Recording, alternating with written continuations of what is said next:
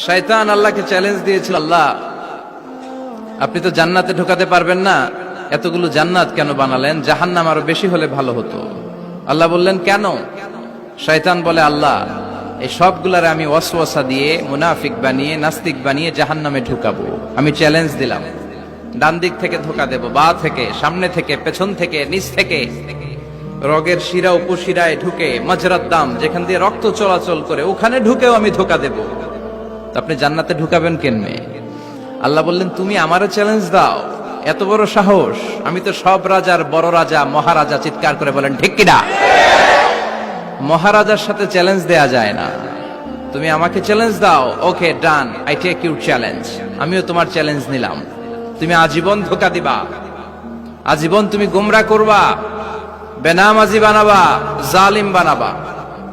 কিন্তু আমার বান্দা কোন তাফসীরুল কোরআনের মাহফিলে এসে, কোন এক ওয়াক্তের নামাজে মসজিদে ঢুকে, অথবা মাঝরাতে ঘুম ভেঙে গেলে তাহাজ্জুদের জায়নামাজে চোখের পানি ছেড়ে যখন ক্ষমা চাইবে, আমি সব গুনাহ মাফ করে দেব, তুই কি করবি?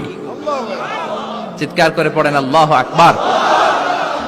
এজন্য ভুল নাই এমন কোন মানুষ নাই, ভুল হয়নি শুধু নবীদের, এজন্য তারা মাসুম। আহলুস সুন্নাহ ওয়াল জামাআর ইতিকাদ হচ্ছে নবীদের কোনো ভুল নাই, ঠিক কিনা? ছোটখাটো যে ব্যাপারগুলো ঘটেছিল সেগুলো আল্লাহ অবশিষ্ট থাকতে দেননি, সেগুলোকে আল্লাহ ঠিক করে দিয়েছেন। চিৎকার করে পড়েন সুবহানাল্লাহ। মানুষ ভুলের ঊর্ধ্বে নয়। কুল্লুকুম খাত্তা, তোমরা সবাই ভুল করো। ওয়া খায়রুল খাত্তাইনা তাওয়াবুন, আর এই ভুলকারীদের মধ্যে আল্লাহর কাছে শ্রেষ্ঠ ভুলকারী যে লোক ভুল করার পরে তওবা করে। কার কাছে? আল্লাহর কাছে। আল্লাহর কাজই তওবা কবুল করা। গাফিরিজ যামবি ওয়া কাবিলিত তাওব। আমরা ভুল করব, শয়তান ওয়াসওয়াসা দিবে, আর আল্লাহ মাফ করবে, ঠিক কিনা? কি আল্লাহ আমরা পাইছি, উনি মাফ করার জন্য বসে থাকে 24/7।